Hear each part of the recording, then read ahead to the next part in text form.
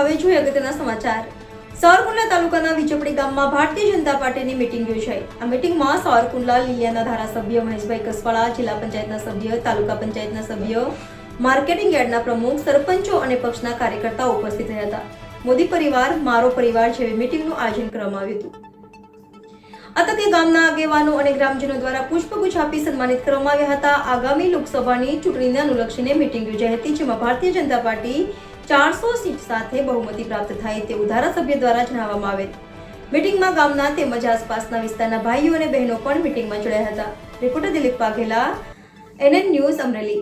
દર્શક મિત્રો, તમારી આસપાસ બની રહેલી અવનવી ઘટનાઓ વિશે જાણવા માટે NN ન્યૂઝને લાઇક કરો, શેર કરો, સબસ્ક્રાઇબ કરો અને બેલ આઇકન પ્રેસ કરો, જેથી આપને નોટિફિકેશન્સ મળતી રહે। સાહેબ, આજરોજ વિજયપુરીમાં મોદી પરિવારની સભાનું આયોજન થયું છે, તો એ વિશે આપ શું કહેશો? આખા ગુજરાતની અંદર ભારતીય જનતા પાર્ટી પ્રદેશના નેતૃત્વએ કરેલા નક્કી કાર્યક્રમો પ્રમાણે સાવરકુંડલા વિધાનસભામાં પણ મોદી પરિવાર સભાનું આયોજન થયું છે। વિજયપડી અમારે શક્તિ કેન્દ્ર પર પણ આજે આ મોદી પરિવાર સભાનું આયોજન થયું, તો આપ જોઈ શકો છો કે બહેનો અને ભાઈઓ જે પ્રકારે ઉપસ્થિત રહ્યા છે, જે પ્રકારે નરેન્દ્રભાઈનું અપમાન કોંગ્રેસના દિગ્ગજ નેતા દ્વારા કરવામાં આવ્યું કે આ એક વ્યક્તિ જેને કોઈ પરિવાર નથી, કેવી રીતે ત્રીજી વખત દેશના પ્રધાનમંત્રી બની શકે અને દેશના લોકોએ આ કોલને જીતી લીધી।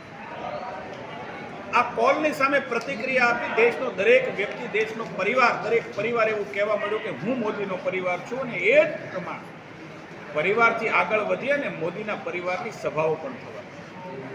ચોકીદાર ચોર હે, ચાયવાલા પ્રધાનમંત્રી ન બની શકે, એ બધા જ દ્રશ્યો, બધા જ આક્ષેપોની સામે દેશની પ્રજાએ જે પ્રકારનો જવાબ આપ્યો, એ જ પ્રકારે આજે માનનીય પ્રધાનમંત્રી નરેન્દ્રભાઈ મોદીને પરિવાર વિહોણા કહેવા માટેનો જવાબ દેશની જનતા જે પ્રકારે આવી નાની નાની સભાઓ મારફત આપવાના, એનું આ તાજું દ્રશ્ય છે।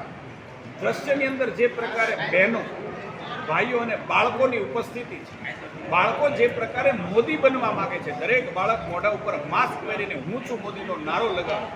હું એમ માનું છું કે ભારતીય જનતા પાર્ટી અને ભારતીય જનતા પાર્ટીનો ભવ્ય વિજય દેશના પ્રધાનમંત્રીને 400 સીટ આ દેશની અંદર આપીને એક નવો ઇતિહાસ બનાવવા માટે દેશની પ્રજા આજે રાહ જોઈ રહી છે, 7મી મેની રાહ જોઈ।